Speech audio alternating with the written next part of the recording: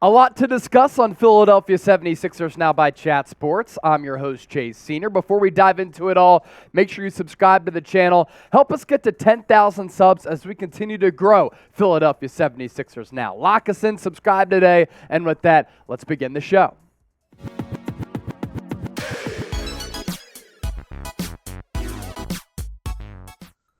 Sixers playing really good basketball right now, 7-2 in their last 9 games, but that hasn't stopped a lot of the trade discussions revolving around Philadelphia, and that's what we're diving into on the program. So we begin with this as we explore all of these different trade rumors out there with some intriguing trade candidates potentially on the market for Philadelphia if they look to bulk up this roster. Bleacher Report giving one trade idea for every team, and a couple of them actually featured the Philadelphia 76ers. I like this one the most, in my opinion, because I like what Jae Crowder would be able to bring to the table. He can shoot the three.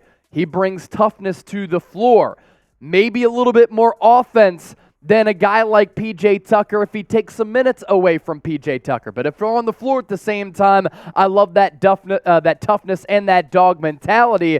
And a report from Brian Windhorst today saying that the Phoenix Suns would like to get and prefer a power forward back for Jae Crowder, who has been away from the team because of differences between him and that organization. I just like him as a playoff fit. Also, the Sixers receiving Torrey in this deal. They bring back Landry Shamet, so you get some playmaking and some shooting in that regard. And then another former Sixer, Dario, who could be a backup forward, backup center, coming back to the city of brotherly love. And does that make the Sixers roster a little bit deeper? If the Suns were to receive a forward, not technically a power forward back for Jae Crowder and Tobias Harris, but they get that guy in Paul Reed as well as Jaden Springer. Now you think about Jae Crowder, right, and his fit that would be with the Philadelphia 76ers. I think that he fits perfectly in terms of the basketball fit, him shooting the three, spacing the floor, bringing toughness to this organization, but also a very good wing defender who doesn't back down from anybody. And then culture-wise, kind of goes back to that latter point. Last year, you kind of saw what Crowder has been for a little while. Not great, not bad, very solid player and championship piece. 9.5 points per game, 5+ rebounds, 40% from the field, 35% from distance primarily. He's going to let it chuck from distance, and that's really what Jae Crowder is going to do. Hover around that three-point arc. Joel Embiid can pass it out to him on that three-point perimeter. James Harden can find him. Tyrese Maxey can break cats down off the dribble. And if he needs to distribute the basketball to the outside as well, Jae Crowder can pop that corner three from the wing or straight away. As for all three of these players here outside of Jae Crowder and what they're doing so far this year, Landry Shamet has been traded a handful of times over the last couple of years, even after he was dealt away by Philadelphia in his rookie year. 6.5 points per game this year, shooting a paltry, less than 37% from the floor. Saric, coming off that torn ACL, a little bit slow, but we know the type of player that he is and also brings toughness to the floor.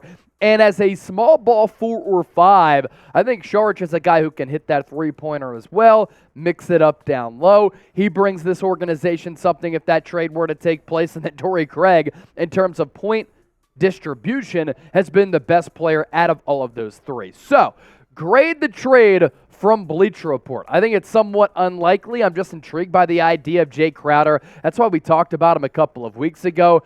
A, B, C, D, or F? Let me know right now in the comment section. Now, it is the holiday season. If you're looking for the perfect holiday gift for somebody out there, tell them to subscribe to Philadelphia 76ers Now. Right now, a great deal. All of our content, 100% free. Another great deal for you, this Philadelphia 76ers hoodie with the trademark Liberty Bell. It was $70, now on sale for $49. Limited time only if you head to chatsports.com/LibertyBell. To Shake Milton now. What a surprise he's been. What a bench piece he's been for this team with Tyrese Maxey as well as James Harden out. He's playing the best basketball of his career.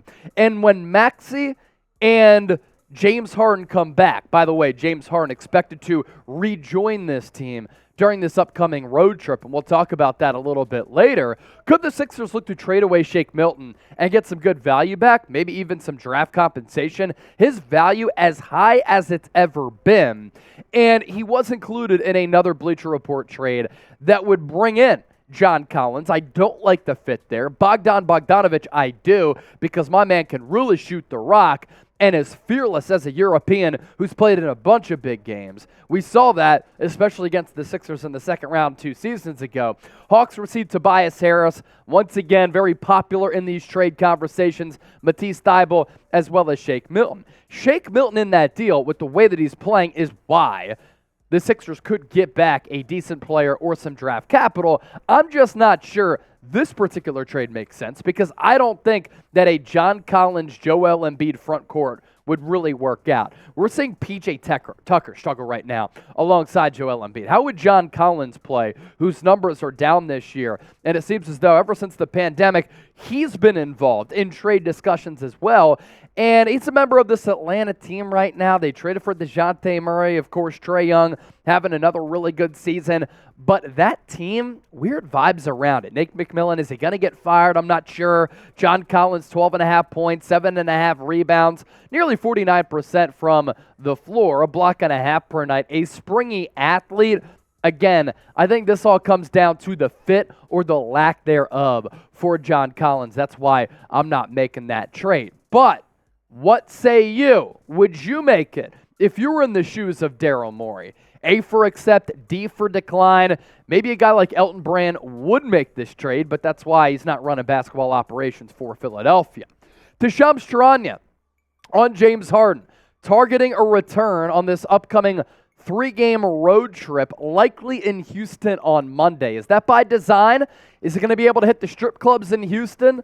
H-Town down, where his jersey is retired in the rafters of one of those strip clubs? Is he doing this on purpose, or does this just time up with when he's trying to come back off that foot injury? This does fit the original injury timeline. Great to see Joel Embiid come back the other night against the Atlanta Hawks and hit that go-ahead game-winning bucket, kind of bought some time, free throw, went up with the J, very smooth.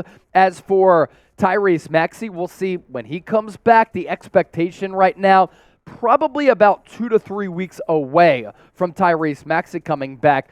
I'm okay with James Harden being out a little while. I want to see Tyrese Maxey come back. I just love the way that this team is playing right now, 7-2 in their last 9, and playing that team-oriented approach on both ends of the floor. They've been really fun to watch, and credit to Doc Rivers, who I've ripped before, who's maximizing the roster right now. So Harden coming back, the beard, he can make this team better, but I just don't want to see him dribbling the basketball for 20 seconds on the shot clock. Show him some love, good vibes in his recovery process, type 1, his jersey number down below.